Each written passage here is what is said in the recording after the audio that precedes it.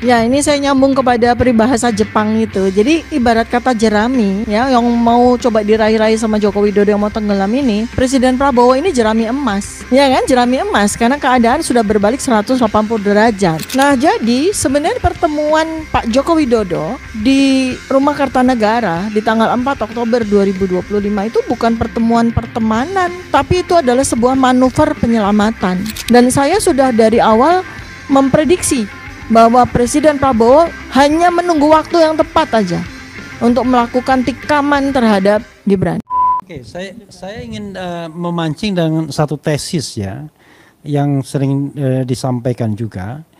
Apakah benar? Bukan benar ya, masuk akal tidak? Ada yang mengatakan misalnya Jokowi ini sebenarnya panik, limbung dia, mau tumbang, terutama ketika KPU akhirnya mengeluarkan ijazah dia yang digunakan untuk pendaftaran, karena KPU pun kepepet. Kalau dia tidak keluarkan, ya dia kena Undang-Undang Kearsipan dan Undang-Undang Keterbukaan Informasi Publik karena tidak lagi sebagai informasi yang dikecualikan karena berhubungan jabatan publik. Karena itulah dia menemui Prabowo untuk menagih komitmen Prabowo, atau barangkali sekarang udah merengek komitmen Prabowo dalam melindungi dia, dan ini tidak selegowo sehebat sebelumnya di mana Prabowo yang datang, kemudian dia yang mendatangi. Lalu sebagai langkah paniknya adalah mendesak-desak agar RRT segera ditangkap, ditahan dan lain sebagainya. Itu kan logika yang berkembang. Silakan dokter. Ya, ini saya nyambung kepada peribahasa Jepang itu. Jadi ibarat kata jerami ya, yang mau coba diraih-raih sama Joko Widodo yang mau tenggelam ini, Presiden Prabowo ini jerami emas, gitu kan. Ya kan, jerami emas karena keadaan sudah berbalik 180 derajat. Bahkan ini bukan lagi cuma soal pertemanan datang, dan kemudian yang menarik ya, ini dari sisi perilaku. Presiden Prabowo sebagai presiden itu kan punya hak, privilege untuk menerima tamu, apalagi ini mantan presiden, di istana kan, tapi ditemuinya di rumah, ya kan, ditemuinya di rumah dan dalam keadaan yang open gitu ya, artinya kita bisa melihat suasana yang terjadi pada pertemuan mereka berdua, dan harap diketahui oleh masyarakat bahwa sesuatu ya, informasi itu jauh lebih banyak dan jauh lebih akurat ya dari perilaku dibanding dari sekedar kata-kata ya. Jadi suasana batin, narasi-narasi yang tidak terucapkan, bahasa tubuh, bahasa wajah ya, itu justru memberikan informasi yang jauh lebih banyak dibandingkan dengan sekedar kata-kata, sekedar verbal yang normatif sifatnya ya. Nah, mungkin saya melihat mungkin Presiden Prabowo sudah dapat bocoran buku Jokowi White Paper, Mas. Karena di situ kan saya ulas tentang neuroscience perilaku ya, bahwa wajah ini adalah sebuah dokumen yang tidak bisa berbohong gitu ya. Justru dengan bagaimana Presiden Prabowo itu menerima Pak Joko Widodo ini di rumah beliau, di rumah pribadi beliau, maka publik diminta untuk melihat dengan seksama apa bahasa tubuh, apa bahasa wajah yang muncul pada pertemuan itu. Dan ini kita belajar, dan saya harapkan juga masyarakat juga bisa dengan mudah belajar melalui buku Jokowi White Paper ya, karena ada banyak bab yang saya tulis tentang hal itu. Nah, jadi sebenarnya pertemuan Pak Joko Widodo di Rumah Kartanegara di tanggal 4 Oktober 2025 itu bukan pertemuan pertemanan, tapi itu adalah sebuah manuver penyelamatan. Nah, ini masalahnya adalah Pak Joko Widodo ini nggak sadar juga bahwa air politik itu mulai meninggi dan mulai menenggelamkan dia. Dalam posisi itu ya, dia bagaikan orang tenggelam dan dia berharap bahwa Presiden Prabowo akan menyelamatkan. Ya tidak mungkin. Tidak mungkin. Kenapa? Selama 11 bulan perilaku Joko Widodo itu terhadap Presiden Prabowo itu sama sekali tidak proper dan tidak layak. Apalagi ketika kemudian muncullah Gibran itu sebagai Fufu Fafa. Ya, dan ini jangan lupa nih ya Mas Roy ya, bahwa Fufu Fafa ini akan menjadi bagian yang penting dari buku Gibran's Black Paper ya. Karena kita juga sudah punya banyak data ya. akun Fufu Fafa itu memang berapa persen Mas? Milik 99,9. Nah, akun Fufu Fafa itu 99,9% berdasarkan penelitian dari Mas Roy Suryo itu milik dari Gibran Rakabuming ya. Dan sudah dikonfirmasi oleh BSSN. Nah, sudah dikonfirmasi oleh badan yang sangat kredibel BSSN ya. Nah, jadi ini adalah sebuah faktor ya. Ini adalah sebuah faktor yang datang dari langit ya. Saya rasa tidak ada satu orang pun yang mengira ya, terjadi sebuah peristiwa di mana muncullah Fufu Fafa itu. Ya, ini adalah sebuah peristiwa yang saya yakin Pak Prabowo aja nggak tahu betapa kejamnya selama ini Gibran itu terhadap beliau, terhadap keluarganya, terhadap anak yang sangat dia cintai. Jokowi, bukan Gibran sebagai Fufu Fafa itu kan begitu kejam melakukan pembulian yang brutal terhadap Presiden Prabowo beserta keluarganya kan. Apakah kemudian dikira Presiden Prabowo diam saja? Oh tidak. Ini persoalan yang sangat melukai harga diri dan saya sudah dari awal memprediksi bahwa Presiden Prabowo hanya menunggu waktu yang tepat aja untuk melakukan tikaman terhadap Gibran ya. Tikaman dalam tanda kutip ya, bukan tikaman secara physically ya. Ini saya bicara dalam sebuah bahasa Amsal ya. Nah, sekarang kekuasaan Joko Widodo ini sudah menendang dalam tanda kutip. Sama ya, menikah menendang. Menekan dari belakang. Kalau menendang, Oh ya, menikah ya sudah. Menendang boleh deh. Jadi kekuasaan Joko Widodo ini seperti api kecil yang udah mulai padam. Udah nggak ada lagi energinya dan itu terjadi secara alamiah, apalagi ditambah dengan perilaku Joko Widodo yang dulu mungkin orang masih banyak percaya dengan kebohongannya ya. Tapi kan semakin hari semakin terbuka. Satu kebohongan terbuka sehingga mungkin hanya termul saja ya. Sisa dari penduduk Indonesia yang masih percaya sama Joko Widodo ya. Itu ya. Jadi ini yang penting, pelajaran yang penting kita saksikan bersama bahwa kebenaran itu akan selalu menemukan jalannya. Tidak ada angkara murka, tidak ada sebuah kejahatan itu akan berlangsung secara langgeng. Yang langgeng itu adalah kebenaran dan kebaikan ya. Yang kita tidak pernah lihat itu dari sosok seorang Joko Widodo.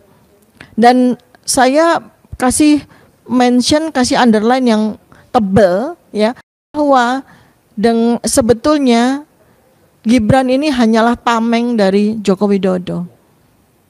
Gibran ini tidak ada value-nya untuk dijadikan sebagai putra mahkota dan sebagainya, karena memang secara fakta dia tidak disiapkan untuk itu.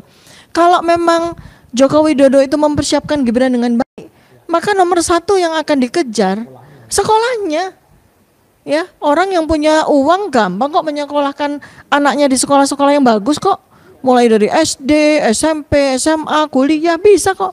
Tidak punya kognitif yang cukup pun bisa kok dipaksakan, asalkan sekolah-sekolah yang dipilihkan untuk Gibran itu sekolah-sekolah yang baik. Tapi kalau kita lihat riwayat pendidikan yang sudah kita mulai kuliti ya Mas, secara ilmiah loh ini ya, bukan secara ngawur ya, secara dengan metodologi ilmiah kita bisa lihat betapa amburadulnya riwayat pendidikan Gibran ini. Artinya apa? Artinya memang Gibran tidak disiapkan dengan baik oleh Pak Jokowi untuk kemudian menjadi suksesornya dia. Jadi ini by accident aja.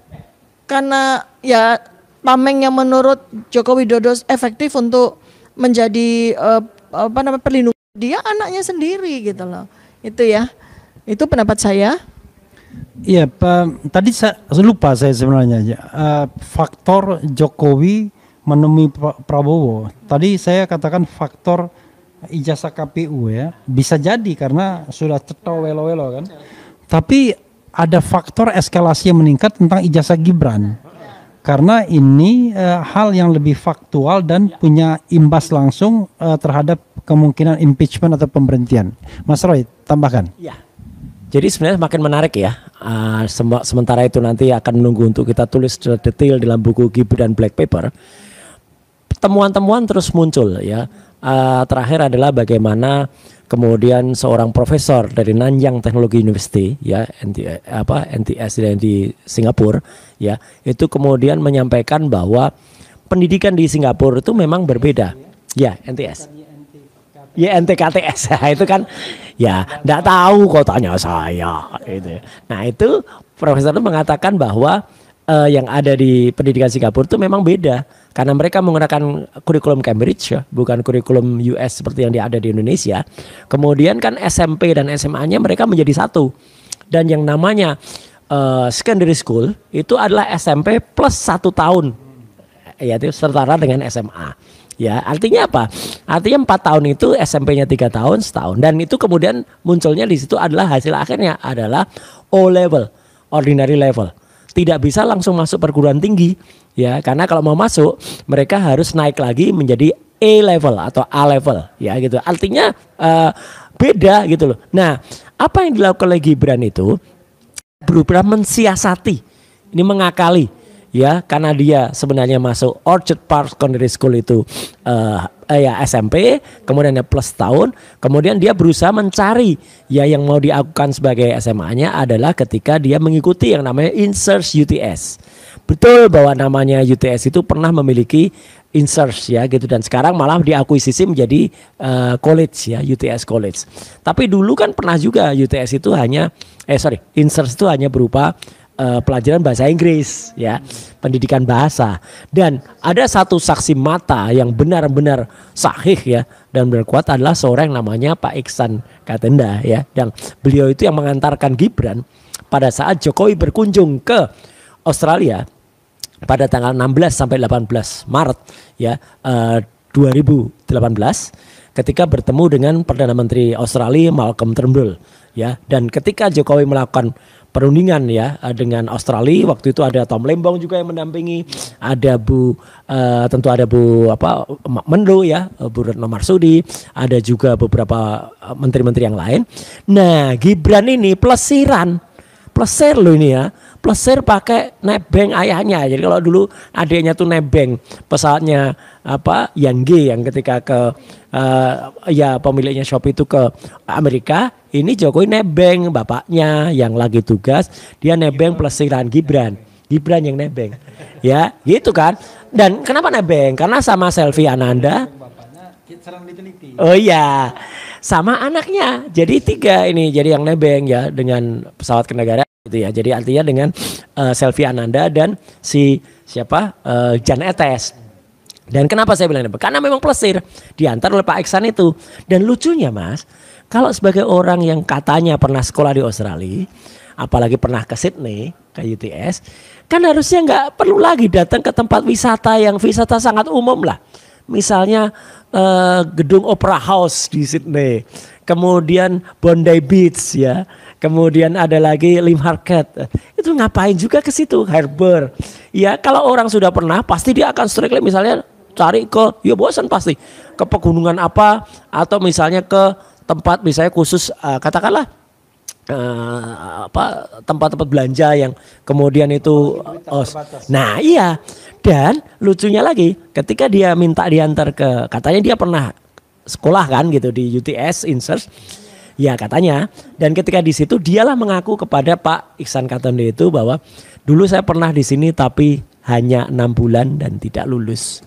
Dah itu jelas banget tuh statement itu disampaikan. Nah jadi ini makin menarik pendidikannya. Kalau begitu maka kita akan pertanyakan kepada Kementerian Pendidikan Dasar Menengah, kenapa bisa mengeluarkan surat yang sudah sering kita tampilkan ya di RH Channel, yang itu ada surat penyetaraan. 1, surat itu hanya surat keterangan, harusnya surat keputusan. Yang kedua, sangat tidak logis untuk menyetarakan hanya 6 bulan. Kalaupun itu 6 bulan dia memang benar ya gitu.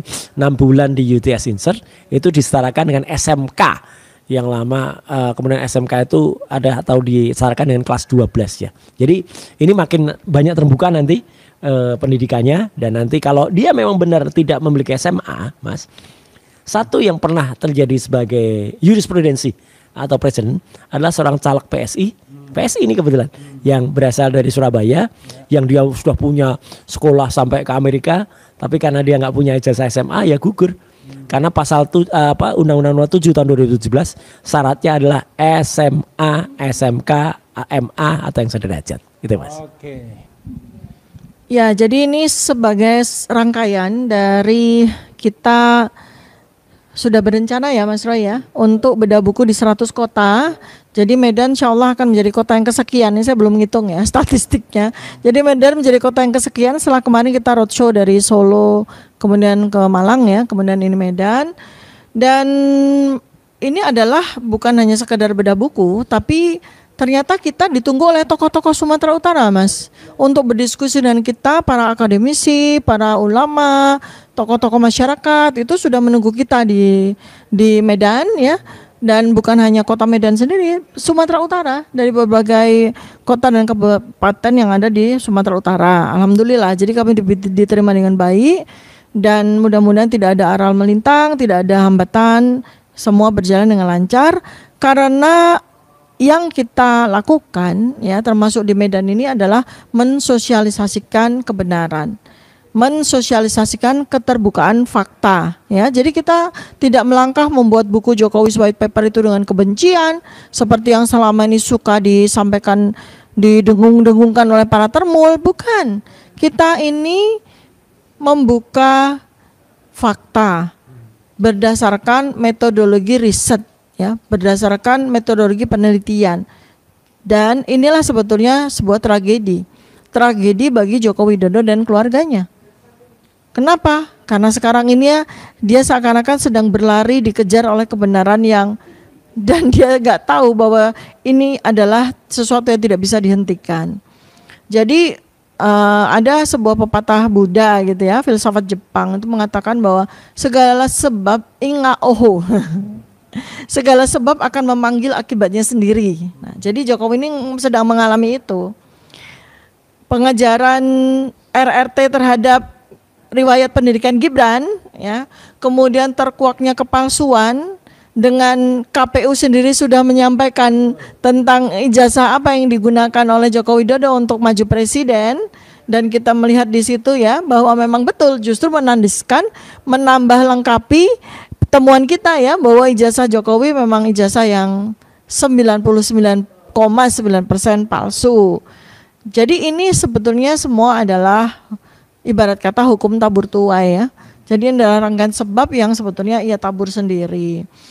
Kemudian ini yang bisa saya sampaikan kepada Sobat RH semuanya, sahabat-sahabat seluruh Indonesia, sebangsa dan setanah air ya. Jadi terakhir dari saya bahwa ketika kebenaran telah bangkit, bahkan kaisar pun harus menunduk di hadapan cahaya kebenaran itu. Terima kasih. Assalamualaikum warahmatullahi wabarakatuh. Waalaikumsalam warahmatullahi wabarakatuh. Yang kita hadapi ini kaisar benar memang. Ya, saudara sekalian, itu tadi update terbaru ya mengenai Roy melaporkan, Roy dilaporkan. Dan juga ada bedah buku atau diskusi buku Jokowi's White Paper di Medan besok ya, silakan warga Medan. Kemudian ada juga nanti mudah-mudahan November kita bisa meluncurkan Gibran's Black Paper ya. Jadi ada 2 papers yang kemudian akan terus disosialisasikan dan diinformasikan ke publik sebagai bagian dari hak untuk menyampaikan pendapat atau menyatakan pendapat dan memperoleh informasi yang tidak dikerjakan oleh rezim Jokowi kan gitu. Itu saja saudara sekalian, saya kebetulan sudah datang tamu dari Yakin, Yayasan Konstitusi Indonesia yang menang gugatan di Komisi Informasi, tetapi tidak juga dipenuhi apa yang diputuskan. Wassalamualaikum warahmatullahi wabarakatuh.